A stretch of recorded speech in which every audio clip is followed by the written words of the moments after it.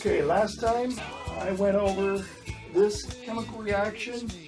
Methane gas plus oxygen gas makes carbon dioxide gas and water gas. It matters what phase it's in.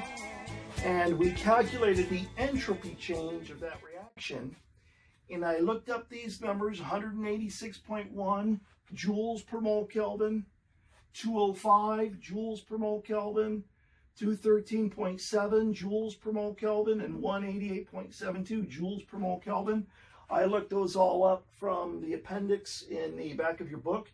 This is experimentally determined numbers. So one source may have slightly different numbers than a different source. And I calculated the entropy change for that reaction. And I said, hey, just because I knew the entropy change of that reaction, so I went and I calculated the entropy change of this reaction. And I said, hey, just because I know the entropy change of that reaction doesn't mean I know the whether the reaction is spontaneous or not. Okay?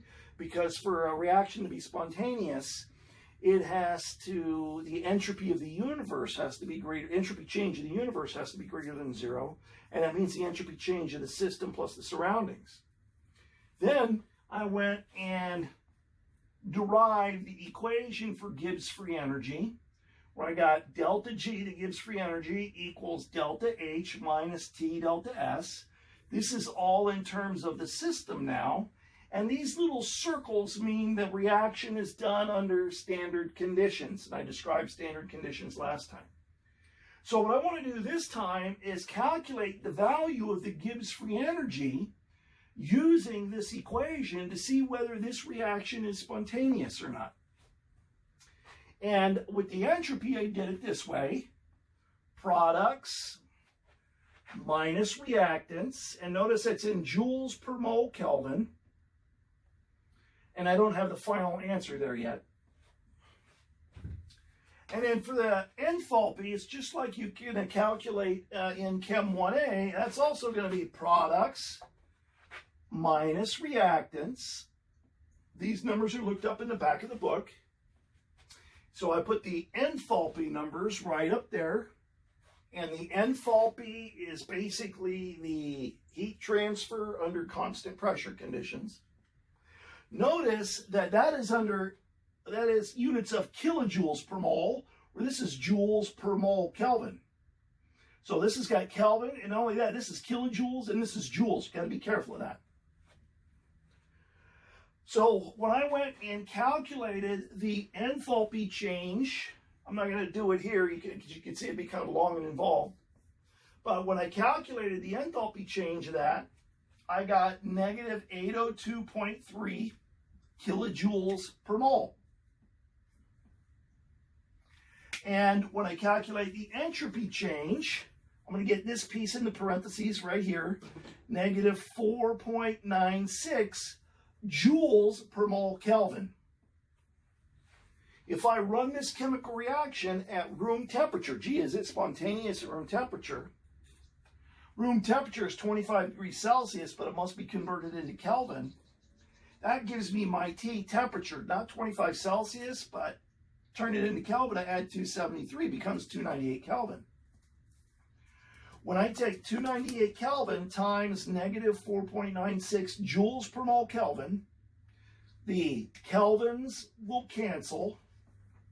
And then, I don't show it here, but once I get this answer, I'm going to divide it by 1,000 to turn this answer into kilojoules.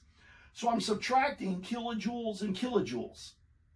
And when I make sure they're both in kilojoule units, and I notice I have a minus sign here and a minus sign here, and I'm really careful with the math, I will get a Gibbs free energy of negative 800.8 kilojoules per mole. What does that mean? Number one, like I discussed last time, the minus sign means the reaction is spontaneous. That doesn't mean it necessarily goes really fast. It just means it's spontaneous.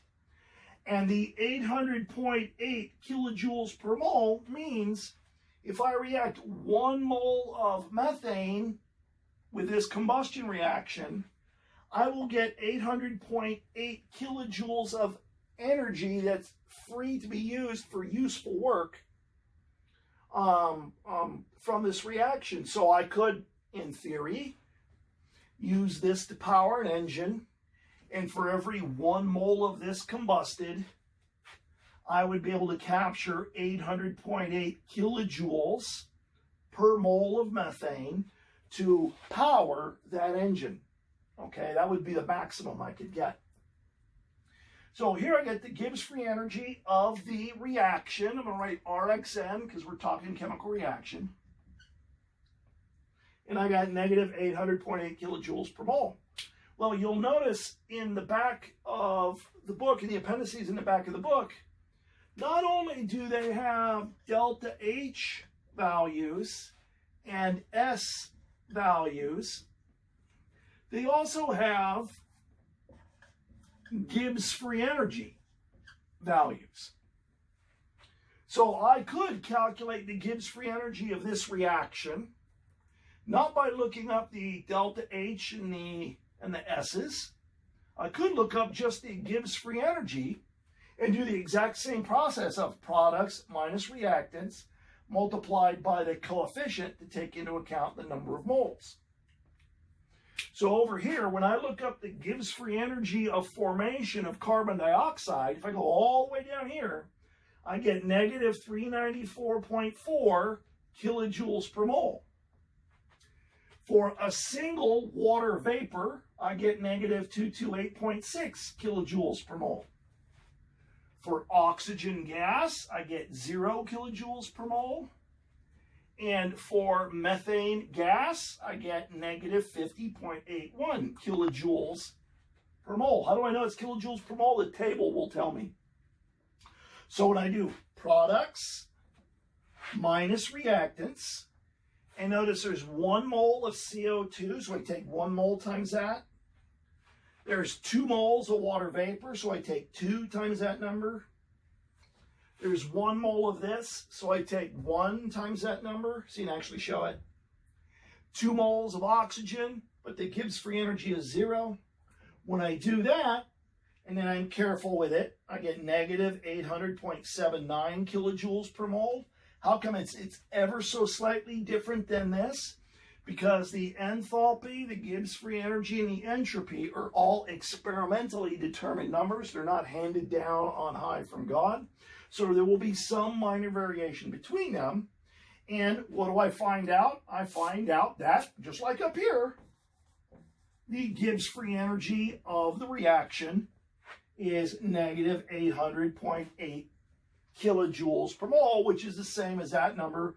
The two numbers should be very similar, assuming I'm running them both at the same temperature of 298 Kelvin.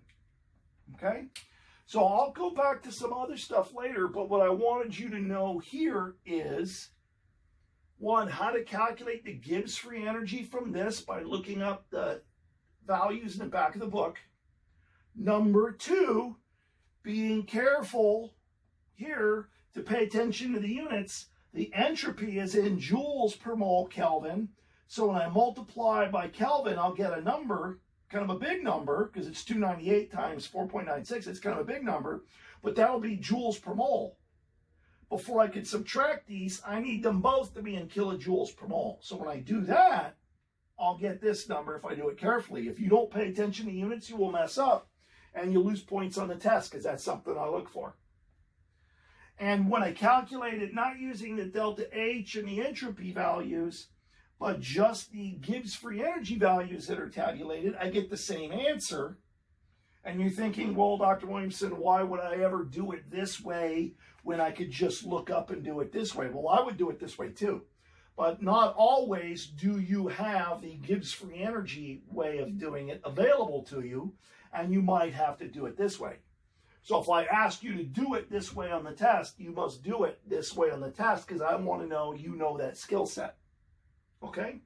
So again, I calculated Gibbs free energy an alternate way. I got pretty much the same number, which is what I expect. The minus sign tells me that the reaction is spontaneous, and this is how much, this is the maximum amount of work I could capture out of it.